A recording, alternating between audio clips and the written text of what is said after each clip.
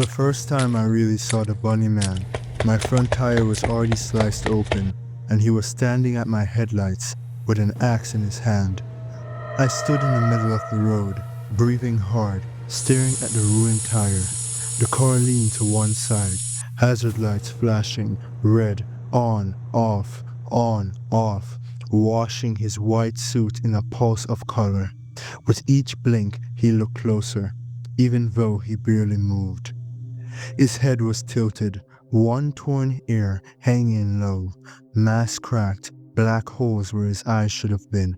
He didn't speak, he just stood there, breathing. Through the crack in the mask, I could see his mouth moving like he was talking to me, but no sound came out. I knew one thing for sure, I wasn't getting out of this with my car. My name is Ryan, I'm 19, a freshman in college. It was my first semester living on campus, the first time I'd been away from home for more than a few weeks. And I missed my parents, more than I wanted to admit. I had just finished my last exams. I packed my bags that evening. I grabbed the keys to my dad's old car and headed home. Normally the drive took 3 hours, but my dad had just shown me a shortcut that almost cut the trip in half. It was already 8 p.m. and I wanted to get home fast. That was my first mistake. The shortcut was a narrow, empty road. No houses, no streetlights, just trees pressing in from both sides. The farther I drove, the quieter it got. Even the radio gave up, fading in and out until I turned it off. My phone showed no signal. It was just me, the dashboard glow, and the dark road ahead. Then I passed under an old bridge near Clifton, Virginia. Something ran across the road. I slammed the brakes. A shadow flashed through my headlights and vanished into the trees. I told myself it was a deer. The car rolled to a stop, and curiosity won. I flipped on my hazard lights, opened the door, and stepped into the cold night. My headlights lit a bright tunnel in front of the car. Everything outside that beam was pure black. That was my second mistake. The hair smelled like wet dirt and cold metal. I walked a few steps towards the front of the car, squinting into the trees, trying to see where the deer had gone. All I saw were bare branches, the shadow of the bridge above me, an empty road. Then I heard it, a rustling in the woods, right at the edge of the light. My heart sped up. I reached for my phone thinking, if it really is a deer, this would be a cool picture. I held the phone up and aimed it at the trees. Nothing. The rustling stopped. The woods went silent again. A cold shiver ran down my spine.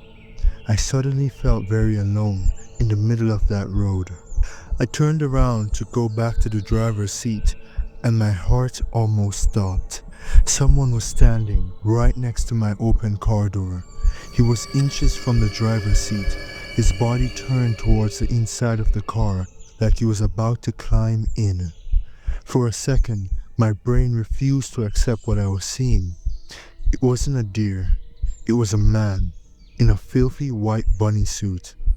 I'm 6'2", but he was taller than me. I'm not a fighter. I spend more times with books and games than in any gym. He didn't wave, he didn't speak, he just faced me.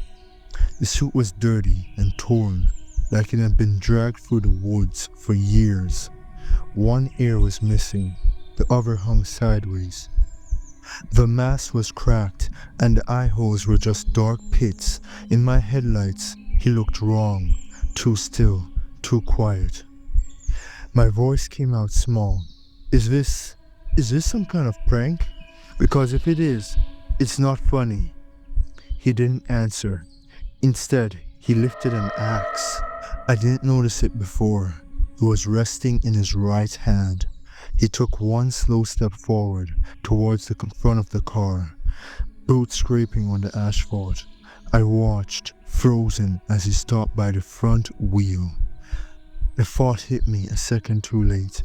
Hey, wait! He swung. The axe bit into the tire with a loud thump, followed by a loud, angry hiss as air rushed out. The front corner of the car dipped. The sound made my teeth hurt. He yanked the blade free and dragged it along the rim. Metal scraped on metal. The car was dead weight now. If I stayed, I was next. I didn't think. I just turned and ran. I sprinted off the road and into the trees, leaving the car and my bags behind. Branches slapped at my arms as I pushed deeper into the dark. The ground was uneven, covered in wet leaves. My breath came out in sharp, panicked bursts. As I reached the first line of trees, behind me I heard one more metallic scream, like he'd buried the axe in the hood this time. I didn't look back, but behind me I heard him. Heavy footsteps, breathing, and the awful sound of metal dragging through leaves and over rocks.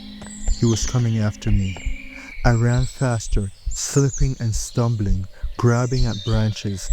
My foot caught on a root, and I pitched forward, sliding down a small hill on my side. Wet leaves and dirt smeared my clothes. A tree trunk slammed into my shoulder and stopped me. For a second I couldn't breathe. The world narrowed to the pounding in my ears. Then I heard that dragging sound again, closer. I looked up and saw him at the top of the slope, a white shape against the dark trees, the axe hanging at his side. He started down the hill, boots sliding in the loose dirt. In a few seconds he was only a few steps above me, lifting the axe with both hands. I threw myself sideways as the blade came down. It slammed into the tree trunk where my head had been, sending sparks flying across my face. My ears rang. Acting on pure panic, I kicked him as hard as I could. My shoe connected with his knee. He stumbled, one hand grabbing the trunk for balance as he yanked the axe free with the other. A low, angry breath rattled behind the mask. I pictured my parents on the couch, waiting for a made it home text that wasn't coming, having no idea their son was on the ground with something in a bunny suit standing over him. Some stubborn part of me refused to let that be the end. I scrambled to my feet and forced my legs to move. I didn't care where I was going. I just needed light, people, anything. I crashed through the brush, heart pounding so hard it blurred the sound of my own footsteps. Behind me, branches snapped and leaves rustled as he followed. Then, through the trees, I saw it, a glow. Headlights. A pickup truck was coming down the road.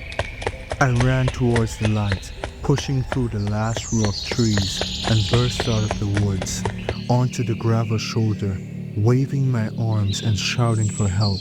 As the driver slammed the brakes, the truck skidded to a stop. I turned to point towards the bridge. The bunny man was gone. The road behind me looked empty. Just my car, sitting crooked under the bridge, hazard lights still blinking red in the dark. The driver rolled down his window. "Hey, are you okay?" There was a man," I said, still out of breath, "in a bunny suit with an axe."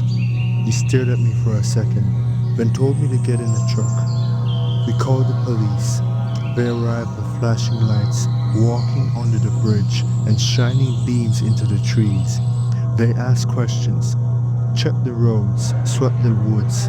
Then they saw my car. The front tire was completely ruined, rubber torn open.